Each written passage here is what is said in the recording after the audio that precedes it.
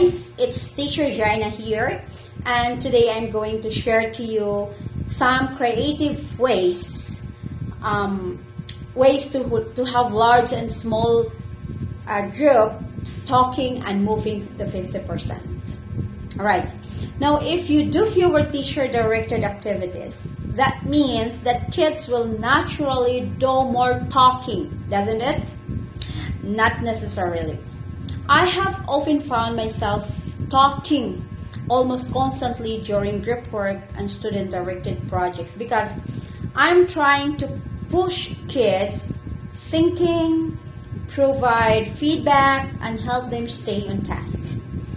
Even when the learning has been turned over to the students, it's still tempting to spend too much giving directions, repeating important information, and telling students how they did instead of asking them to reflect on their work.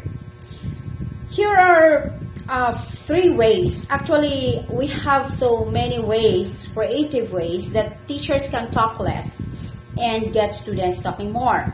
But I only got 3. Okay, number 1, don't steal the struggle.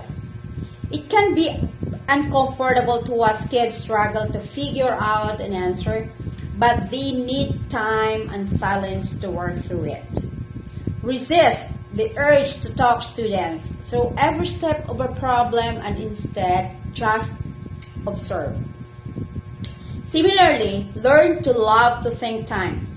I often worry about keeping the momentum of a lesson going. It's uncomfortable for me to allow several moments of silence. We call that wait time or think time before calling on students.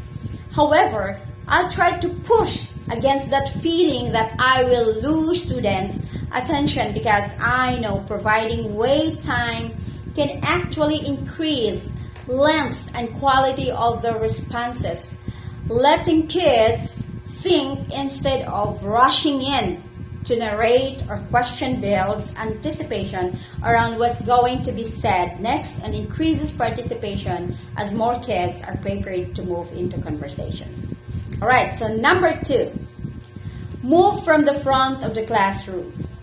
It's easy to get in an instructional rut when you stand at the same place near the board all day long. Try occasionally sitting on the side of the classroom or in an absent student's desk and say, "Oh, I need someone to go up and demonstrate for us." Because the students are used to the person at the board facilitating the lesson, they are likely to talk too much longer than if you stay at the front and they're in their seats answering you. You can even remain sitting among the class once the student is done demonstrating and ask follow-up questions for other students instead of commenting on the student's demo yourself. You can ask, "What do you all think? Is that an effective method? How do you know? Does anyone use a different strategy?" So you can ask those questions. And then number 3, turn your statements into questions and prompts.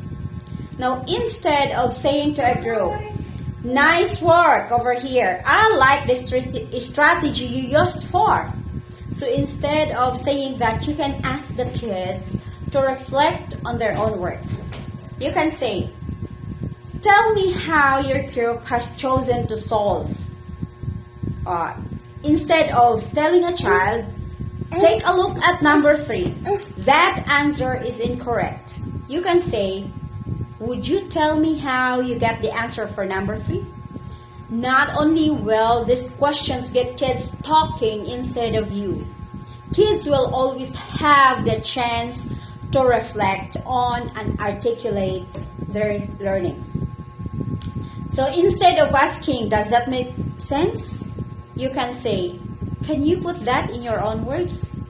So if you ever ask kids, "Are you getting this?" you probably noticed you rarely get an insightful response. So you either move on without kids understanding or you repeat something you've already said.